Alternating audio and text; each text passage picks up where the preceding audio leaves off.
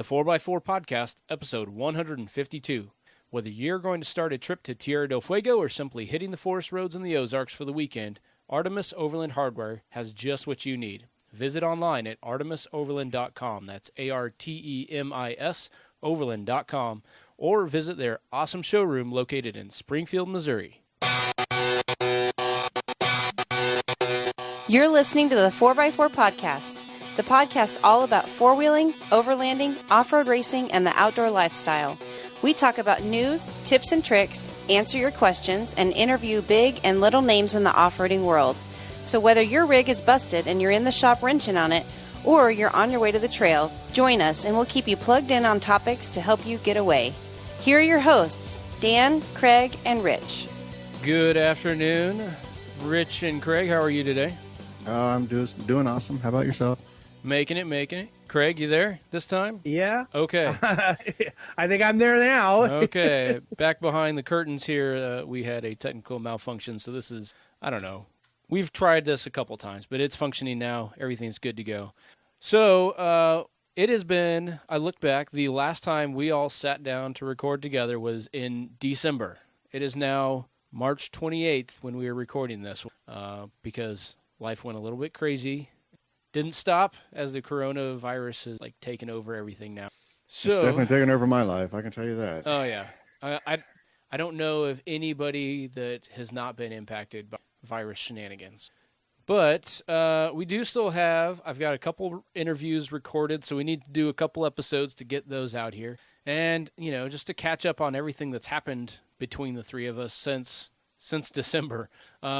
So to begin with, we have an interview with Vorsheer Trailers, and I actually bumped into the Vorsheer team at the King of the Hammers down in Hammertown when I went back in February and linked up there. And so actually we linked up after the fact because, as Craig can attest, it's usually pretty noisy there in Hammertown between all the crowds filing through and hanging out around the pits and the starting line and everything. So this interview was recorded after the fact, totally corona-free, because, our social distancing here is completely the same as usual. And I guess if this is your first time listening to the podcast, I'm Dan. I am located in Southern California. I'm Rich. I'm in Lawrence, Kansas. And I'm Craig. I'm in Northern California. And this is generally how we've been recording the podcast from the very beginning, except my location has changed multiple times. Yes. Everybody else has stayed in the same place. Generally, I'm the only one that gets to globetrot, I guess. Anyways, let's go ahead and get to this interview with Steve from Vorsheer Trailers. Tonight on the podcast, I'm really pleased to have Steve from Vorsheer Off-Road Trailers. How are you doing tonight? I'm doing good. How are you? Excellent. Well, so tonight we are talking trailers. This is a fan favorite topic on the 4x4 podcast, and the one that you have put together here, or the family of trailers you've got for Sheer, is awesome. And so before we get talking about the details, can you kind of tell me a little bit about yourself and your background in off-road? My biggest background, oddly enough, came from working in the oil fields. And anybody that's worked the oil fields knows that you get a fair amount of off-roading just trying to get to work every day. 75 miles of dirt road on half the rigs I worked on, and not the friendliest roads in the world. And so that was where a lot of it came from. And then looking at, you're out there living in man camps, and you got your geo-engineers traveling around sleeping in their trucks. And that was when I first got interested in these smaller trailers, because you cannot get big trailers up there. Oh, yeah. That's for sure. And, that's one of the unique things about yours, that they're not extremely large, but you still seem to bring all of the comfort of a larger trailer. You do, and it's a different type of camping. You're not gonna, it's not a big fifth wheel that you can basically live in. I mean, you're going to be in nature with our trailer. It is an outdoor kitchenette, outdoor bathroom, but it's all very compact. I mean, you can go down any trail you want to go down with any of our trailers, and from the time you put your car in park, within 5 minutes you're set up and ready to go. You're not going to be spending a bunch of time getting your trailer set up. It's very, very quick to set up, very, very quick to just get to whatever do whatever you went to where you're going to do. Sure. So I guess for somebody who's just listening and has not gone to check out your website at vorshop.com, VORS, it's essentially a teardrop style trailer. Is that pretty accurate? Yeah, you could say that. It's a teardrop style on steroids. Yeah, calling it just a teardrop is obviously so much more than. Can you kind of walk me into the family, because you got a couple different varieties here? So we have what I'd call our flagship trailer, which is the XOC for Extreme Overland Camper. And it's got, in its class, it's got the most ground clearance you can get, 24 inches of ground clearance. It runs on an independent suspension, so you don't have to worry about a solid axle that's going to hang up on rocks or anything like that. It's got a queen-size bed, the standard in it. And then there's a lot of accessories you can get with that particular trailer, and it's our largest trailer. It weighs in about 2,500 pounds. Tongue weight on it's going to be around 175 pounds, depending on how you load it. Dry weight is 175. And then you move down to our medium-sized trailer, which would be the XER. And it's specifically designed to be more Jeep-friendly. It's going to track really well behind a Jeep. It's much lighter. It doesn't have an indoor or a cabin sleeping area, but it does have a rooftop tent. But once again, you've got all the amenities. You've got a stove, a sink, refrigerator, plenty of space to haul gear. But it's an extremely light trailer. I mean, it's weighing in at less than 1,200 pounds with about 80 pounds of tongue weight. Can actually be pulled by a side-by-side. And then to step down again from that one, you've got what we call the XRT, which is our Extreme Road Tour, and that one's made for side-by-sides and motorcycles as well. That one weighs in at 350 pounds with about a 50-pound tongue weight, and it's got a twin-size mattress inside the cabin. And once again, that's one that we designed that can be pulled easily behind a motorcycle. Wow, that would be impressive. I've seen some pictures of these, trailers being pulled by motorcycles. I don't know that I've seen one on the road. So the XOC, like you mentioned, the flagship, that was the one that I actually saw on display at the King of the Hammers there in Hammertown. And that one seemed to be grabbing a lot of attention, not just because it's right up front and prominent displayed. You guys had a really just layout of your booth there.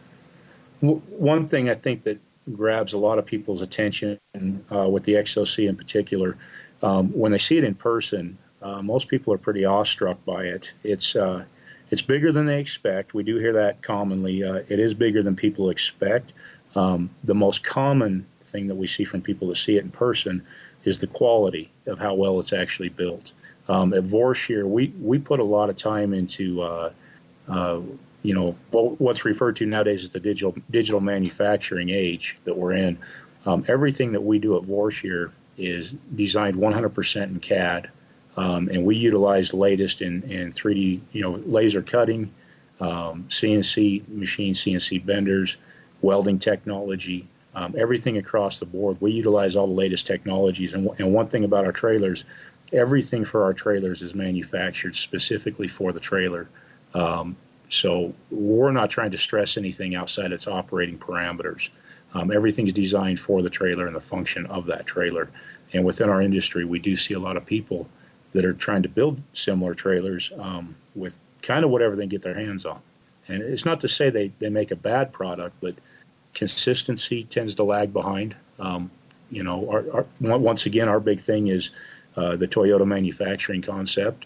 If the customer needs a part, we can send them a part, and it's going to fit exactly the way the original part fit.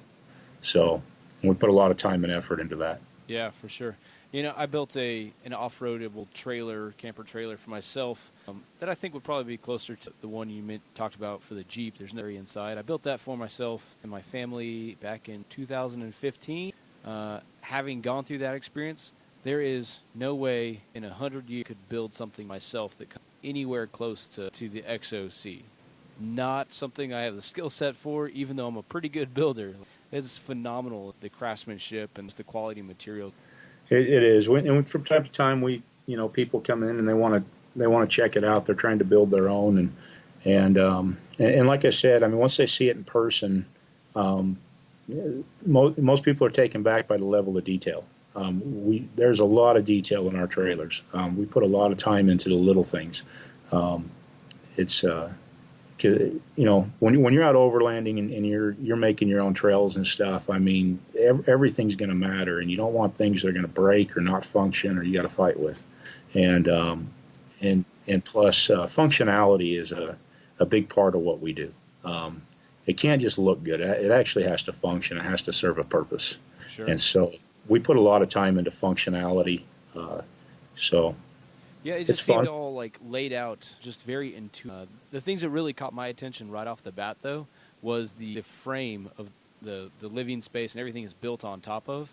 That just feels super over, and you'll never have to worry about anything failing on. Well, and that goes back to I've seen frames bend and twist, and I've seen cabins on camp trailers. I wouldn't say they failed, but I've seen it. I've seen cabins have issues where the frame wasn't built to handle rough roads, and so the frame will, if it twists or flexes, it'll actually start to rip the cabin apart. And it doesn't matter how you build a cabin, the frame and the ground is going to win. Yep. So we put a lot of time into building our frame to make sure that it can handle, you know, the roughest roads. I mean, you know, if you're going to hit a rock at 15 miles an hour that's 8 inches in diameter, I mean, that trailer is going to jump. Well, it needs to be able to handle that and not destroy the trailer in the process. Oh, yeah. Yeah, and the combination of that nice stout frame and then that timber and suspension like you're talking about, that's the kind of need to soak up the rough stuff. Yep. Well, so absolutely. The one that I saw included a lot of additional things. I guess it was a tier 3 in terms of looking at the website. Like had a dual battery system in there, which I found to be pretty important in being able to keep like a fridge and freezer powered for long. Just the storage of additional items, the jerry can. You know what I couldn't tell, it's probably because it was pretty well hidden, was the water storage. Is that hidden like somewhere underneath the mattress? Is that? It is under the trailer. It's under the trailer. It's a 30-gallon fresh water tank. So we do give a lot of water for that size of trailer. Yeah. But it's recessed up underneath the trailer, so it is rather hard to see. You've got to get down on your hands and knees and look up to see it. Okay. Very smart design on that. And the other thing, so I was at the King of the Hammers with myself and my 3 kids. My wife was a different trip of her friends. But I thought it was cool to have the living space inside, and then you also have the additional rooftop tent. Put the kids in the feet up there. Yeah, that's fun, and the kids like it. They think it's fun to climb up. You know, they could climb up the ladder, sleep up on the tent. You know, it's a great trailer. Like I said, queen size bed. It's a great trailer for a couple. But I mean, nowadays most people have little kids, and the rooftop tents really do make a nice sleeping area for kids. It is a lot of fun to them. Yeah. So, and you can put a variety of tents on. We do a lot with 23-0 and Tepui, but the size of the roof rack, I mean, I haven't seen a tent yet that will not fit. So. Okay. Yeah, I know I've got, I think, the largest Cascadia vehicle tent in mine, and it basically covers the entire box of basically a 4 foot by 8 foot, and then it folds out a ginormous tent. And I think it would probably work just as well on the trailer on the XOC. Yep, it would. The XCR, you wouldn't want to go a tent that large. Probably the largest tent you're going to put on our XCR trailer, which is the medium-sized trailer, it's probably going to be a 3-man tent. But with the XOC, you can easily get up to 5-person, 6-person tents, no problem. Awesome. Yeah, and part of that comes down to, you know, suspension too. The XCR is riding on a 3,500-pound off-road suspension, and the XOC is riding on a 5,200-pound off-road suspension. So the XOC has large. It's got a very large capacity for hauling gear, and whether that be tents or just, you know, your camping gear, whatever you're taking with you. That trailer, it's gonna be hard to load that trailer past 5,200 pounds. It's a lot of weight. Yeah, it is. I don't know that that's actually possible if you're carrying just. Oh, well, that's really cool. So you had it out there, the King of the Hammers. You're going to have these trailers out anywhere else coming up here, people to go check out if they have the opportunity? We are. We're going to be at the Salt Lake Off-Road Expo on February 28th, 29th. That's the end of next week. And then the Four Wheeler Adventure Expo in Costa Mesa, California, and that'll be March 7th and 8th. And then from there, we'll be to the International Sportsman's Expo. That's back in Salt Lake, and that's March 19th through 22nd. And then, of course, Overland West. That's in Flagstaff. That'll be May 15th through 17th. And then we'll be doing the Overland Expo Mountain West in Loveland, Colorado, and that's August 28th through the 30th. And then we'll be at SEMA this year in Las Vegas, November 3rd through the 6th. And we might squeeze a couple more shows in between there, but those are the ones that we're set on for right now. Awesome. So you're definitely going to be out there for people to see in real life, because this is the kind of thing that, as great as an audio podcast, it's not going to like highlight how well built, the same as seeing it. Hopefully everybody can check that out, and we will have a link to your website. And if anybody wants to get a hold of you and find out, where should they go? The best way to get a hold of us is just through our website. They can, and that's at www.vorsheershop.com, or they can just go www.vorsheer.com, and that'll still direct them to the same site. And we have a contact page there and all our contact information, and they can call us, Instagram, Facebook. They can access all our contact info through our website. Awesome. Well, Steve, I really want to thank you for your time coming on the podcast and sharing your awesome off-road. Hey, I appreciate you having me. All right. We will talk to you later and hopefully see you. All right. You have a good day. We live in a strange time, extra strange right now, where so many of us want to shop online for equipment designed to get us outside. I get it. Shopping from the comfort of the couch at any time is very appealing, but so much of the equipment that we use for overland travel is really expensive, and it'd be nice to see it up close and explore it a bit before spending hard-earned money. Artemis Overland Hardware is located in Springfield, Missouri, and you can visit them in person. Rich has done it. You've met the team. You can see all the equipment in person, pick it up there, and head straight out for an adventure right from their shop. Artemis Overland Hardware only stocks the very best equipment. Anything you pick up is going to stay in the harsh environments that you are going to subjecting them to. At ArtemisOverland.com, you'll find a wide selection of rooftop tents and ground tents from companies like Oztent, 23Zero, and Eezi Awn. You can outfit your camp kitchen with a SnoMaster Fridge, a Tembo Tusk Skottle, or a stove from Kovea or Frontrunner. Artemis Overland has a large selection of camp furniture as well as roof racks for a wide range of vehicles. Recovery gear, winches, lights, solar power, dual battery systems, action tracks, GPS units, and much, much more can all be found at ArtemisOverland.com or at the brick and mortar store. Artemis Overland Hardware is one of the very few approved goose gear installers and Ironman 4x4 America dealers located right there in the central United States. So whether you're going to start a trip to Tierra Del Fuego or simply hitting the forest roads in the Ozarks for the weekend, Artemis Overland Hardware has just what you need. Visit online at ArtemisOverland.com or visit their awesome showroom right there in Springfield, Missouri. So, like I said, it's been a couple months since we all kind of got together. So, Craig, we'll start off with you. What all has been new since December? Well, since December is new, I was in a car accident, a 6-car accident. I was driving along, going out to see my parents' new house. They moved back to California, so I was headed out to see their new house for the first time, and I was on 120 eastbound to 99 south, and traffic stopped, and the silver Toyota in front of me got hit by a white Tesla. I missed the Tesla and pulled onto the shoulder, and well, the green Ford pickup truck decided it didn't want to hit the Tesla, so it hit me. And then the Honda hit him. Then the Honda SUV hit the Ford, which hit me again. And then a Hyundai hit the Honda, which hit the Ford, which hit me again. Good night. So, so I got hit. If you can hear it on my dash cam, I had my dash cam. I am totally convinced having a dash cam is completely worth it. Even if you never get anything off it, when you need it, it's there. It exonerated me of all fault in the accident, but you can hear it with the mic on. I got hit 4 times. You hear bam, bam, bam, and they're all at the same levels of intensity.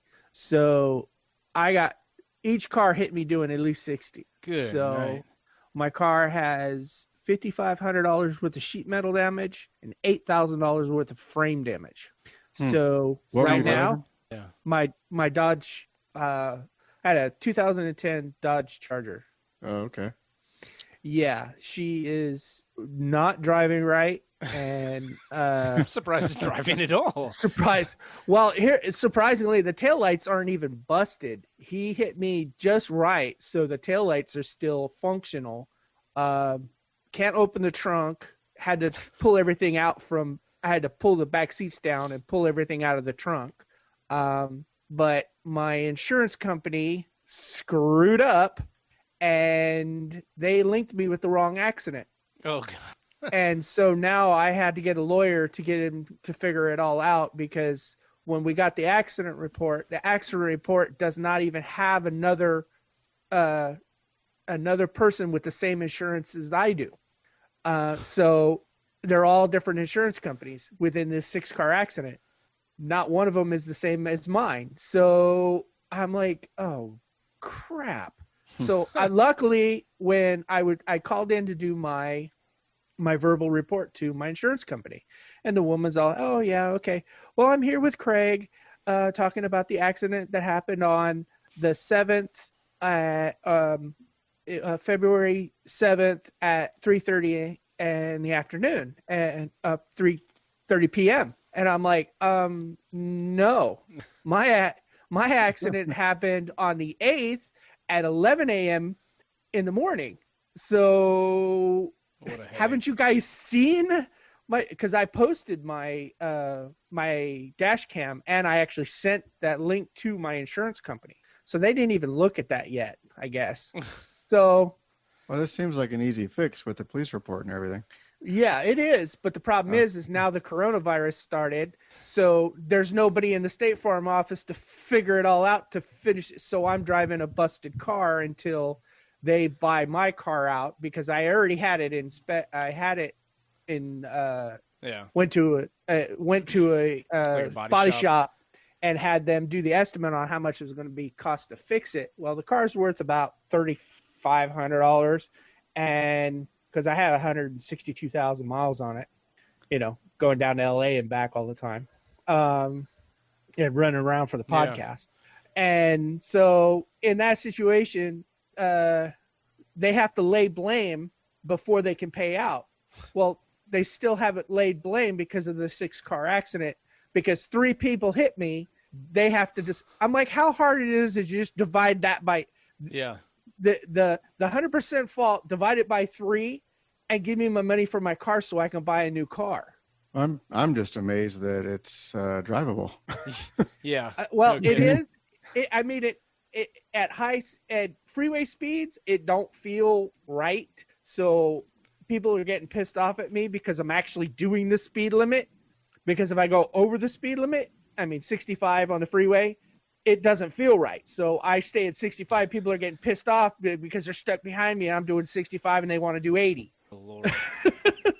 So I'm just shocked that it's moving it all under its own power. Yeah. Yeah. Well, you see 4 times at 60. I'm sure you guys saw the pictures on my Facebook page. Yeah, but like I said, that was a long time ago. Yeah, but that it doesn't look that bad. But still, it's not worth the insurance company to pay the close to $14,000 to have my car fixed, then give me $3,500 for the car. So there's no the body shop already told me, he goes, I've never seen any insurance company say, okay, we're gonna fix your car. Yep, and the worst part is even if I wanted to replace my car with the exact same car, which I did find one just in, I think it was silver, same year, almost the same mileage, it was almost $8,000, and they're only going to give me $35,000 for my car.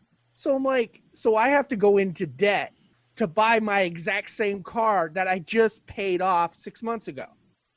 That's a headache. Yeah. So I've been giving myself eye strain looking online, trying to find myself a new car. And I decided, well, I want to go camping more.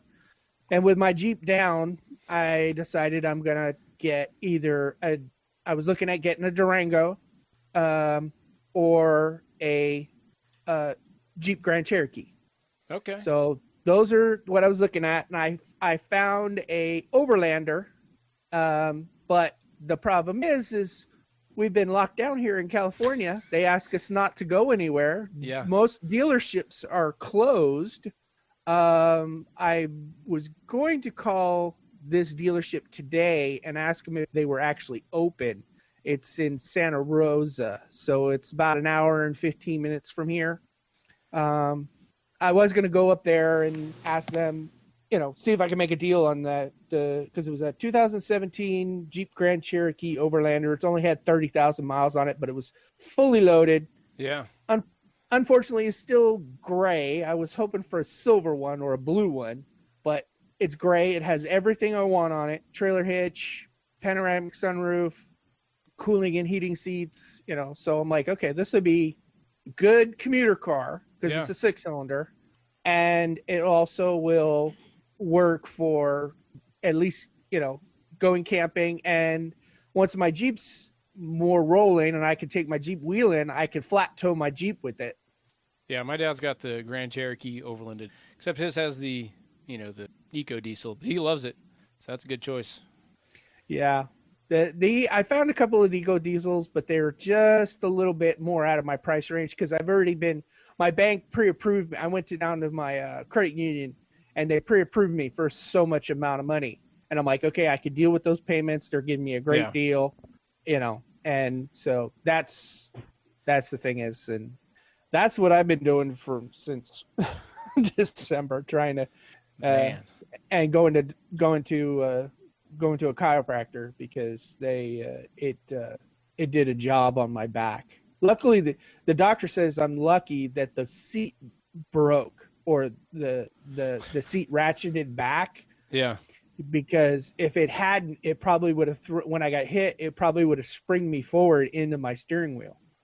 Whoa, what a headache. Well, glad you're okay. Yeah.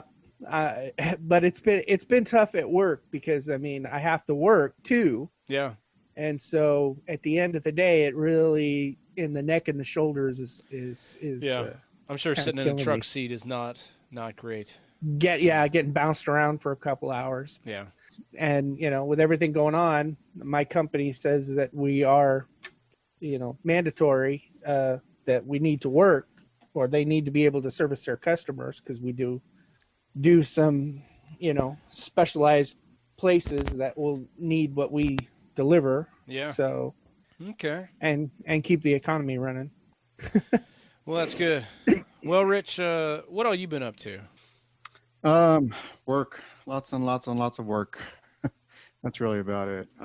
So everybody knows that I'm the disaster coordinator for our local hospital. So my life has been all consumed by COVID-19 right now. So basically, I just make sure our hospital our ED is prepared to handle any type of disaster or pandemic. So that's what I've been doing.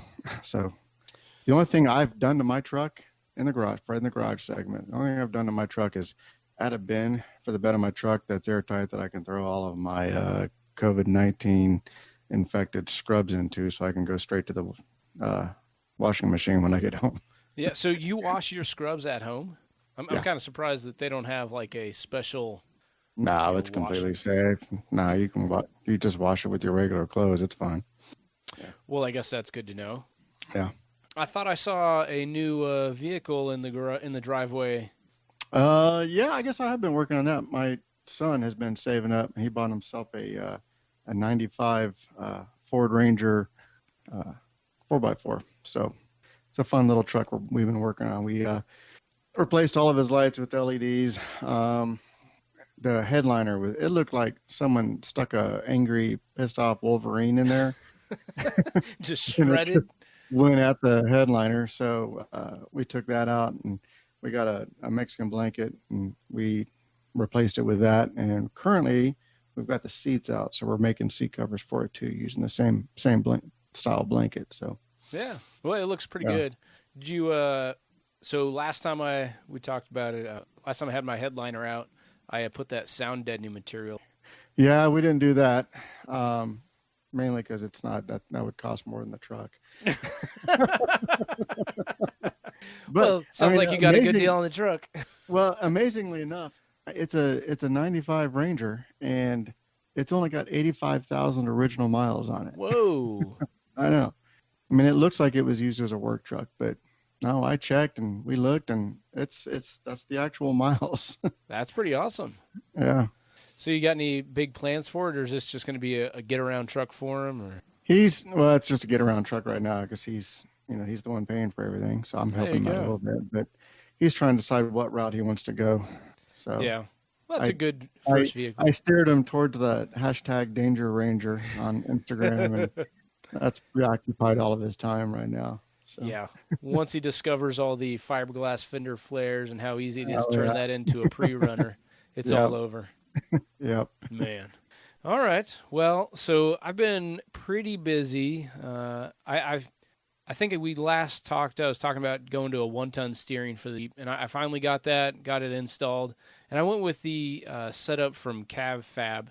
I saw some dudes out at King of the Hammers running it, and both just pre-runners as well as actual Everyman Challenge race. So I figured that's got to be pretty good. So for less than $300, I moved into this 1-ton steering with Heim joints all over at every end, and that's with it being powder coated and the high clearance to get around everything else. So I've been very happy with it. The day after we got it installed, and I just took careful measurements on the alignment because I'm really not driving on the highway that much. It's usually in the dirt, and if you can get a close alignment in the dirt, it probably doesn't matter. Right. So we went and hauled the trailer around with the family, crammed in the Jeep, and we did a little over 200 miles of off-highway travel from our house just off post and then cutting through the deserts all the way out to Trona Pinnacles, which is kind of an iconic location, before turning around and heading home. And no issues whatsoever. So I was very happy with that, the 1-ton steering from Cav Fab. I should post some more pictures. And it really took me less than 2 hours to install, and that's including the removal, hogging out the knuckles and the pitman arm with like a tapered drill bit to get it up to the 5/8 inch bolt size, and installed and alignment checked and everything. So I'm pretty happy. That went pretty good for installation. But before that, I managed to get out to King of the Hammers. My work schedule is pretty awful. It's 3 straight weeks, so I wasn't able to go out for most of the Hammertown Week events. I just went out there for the qualifications and the side-by-sides, and the kids, I was happy to get one day out there, and they saw it, and they were like, this is awesome. Can we come back tomorrow? So we ended up spending both Saturday and Sunday out there, watched the side-by-side race, and went out and checked out. Mostly we were right there in Chocolate Thunder. It's, where a lot of action happens. That was a great time. And for anybody who is able to get to King of the Hammers just to spectate, I encourage you to do it. Like, everything down in Hammertown is a good time. You can get down in the pits if you'd like and meet all the teams. And then it's so accessible to get to those, there's back doors right off the Hammertown. Everything's within easy reach, and you can get there mostly just open desert, so it doesn't take a special off-road vehicle to get there. If you took your highway-only truck or SUV, you could easily still get out there and check everything out. You may not be able to get to those obstacles as fast as some other people, but you can get out there and watch everything. So how did you guys got out there? So you were able to go out for like 2 or 3 days? Did you camp out? No, so since you just ran back and forth to the house. Yeah, Johnson Valley is less than, I guess it's right at about an hour and a half from my house. So it was easy to just go out for the day, come back home, because we really went out there for one day, or was planning for one day. But then on the way home, the kids, they were just so excited by it. Like, well, Mom's out of town. I guess if you want to go back tomorrow, we can. They were all about it. So I got to spend 2 days. Had to go back to work on Monday after that, and so we didn't get to... I watched the rest of the King of the Hammers online like everybody else. But it was a good event this year. It's always a good event, but this one was good. They brought the King of the Motos back and put them at the end. They had the trophy At the trucks. end, they usually do those first. Yeah, so I think last year or the year before, they stopped having the motos out for some reason. So instead, they brought them back for the first time after a couple years break, except they had it at the very end. So it was like the Sunday and Monday or something after the main events, maybe the Saturday and Sunday. Anyways, they were back. But the trophy trucks out there was a good time. Oh, and they had jump champs. They brought out, as like a demonstration. They had a couple big vehicles out there, monster trucks, just some pre-runners and everything. And it was just see who could jump the farthest. Blake Wilkie was out there with his VW bug, and it was windy. You know, it's always windy out there in the desert. Yeah. And him driving a super light vehicle, he aired it out, and the wind caught underneath it, which carried him a longer distance. But he did not land flat. He landed on like one wheel on the rear and kind of came in. And he probably had to take a pause and change his drawers before coming at it for another run. But that was a good time, especially seeing a monster truck out on the lake bed like that. But again, recommend everybody check out King of the Hammers if they get a chance. It's definitely a blast, I'll tell you that. Oh, yeah. Now, I guess my hours at work are being drastically cut down due to the coronavirus. So, again, if it's your first time listening, I'm a coach down here in Southern California for U.S. Army at the National Training Center. And so if there's no rotational unit, a lot of times we're just making up work for ourselves. And this time we're not doing that. So it's everybody working it from home, which gives me a lot of time to do some writing, catch up on some of that stuff. And I also produce some videos and podcasts for the Army. So it gives me a chance to do that and catch up. So, but I still have a long list of things to do on the Jeep. So I do have a track bar bushing that is on its way. I ordered that from Skyjacker because it fits right into the Skyjacker track bar that I've got. And I need new motor mounts, especially for those that don't know. If you're driving a 4-liter Jeep, it's got both the engine, the intake, and the exhaust on the same side of the motor, and so that driver's side engine mount just gets baked continually by the exhaust. So that's the one that is pretty well dry rotted. It's the original motor mount, so I need to go ahead and replace those. And so that's something that I got to order. But I'm going to wait until next paycheck comes around. But new motor mounts, $100. Like, that's not bad for some bulletproof motor mounts. I'll never have to worry about it again. Wow. So sounds like a good setup. Yeah. And since, for a long time we were talking about should I keep the Jeep or not, and I've landed squarely on I'm going to keep the Jeep until it completely falls apart and I cannot, find the parts or repair it. So for the foreseeable future, I'll be having it, and it's easy for me to justify spending, $100 here, a couple $100 there, just to bring it back to better than new quality. So that's easy.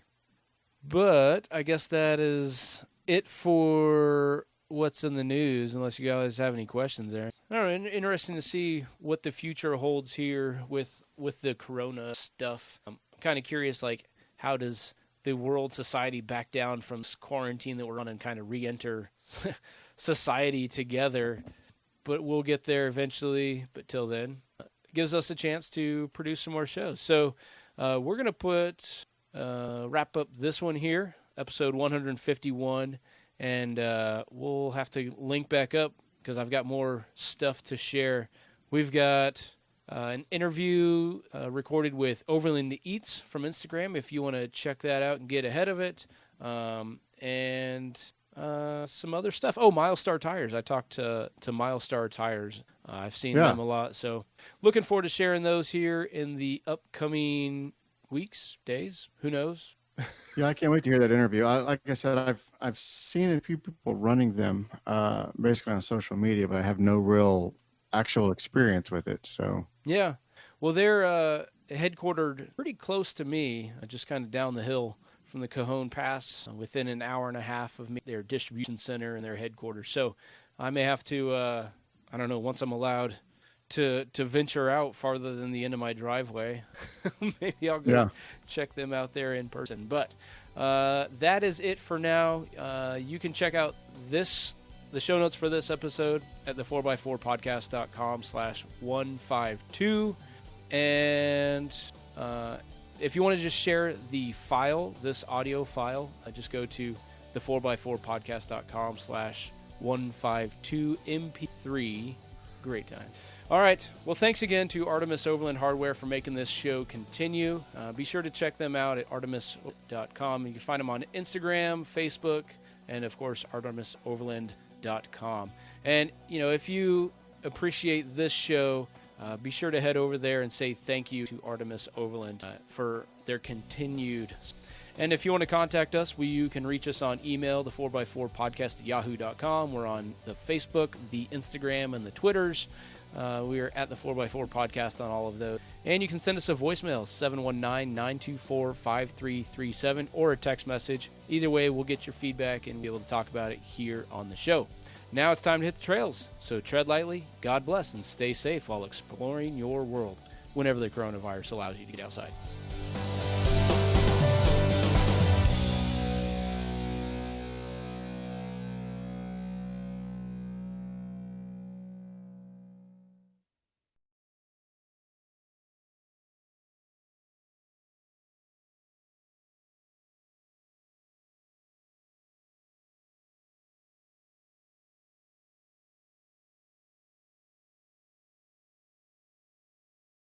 Craig, you there as well?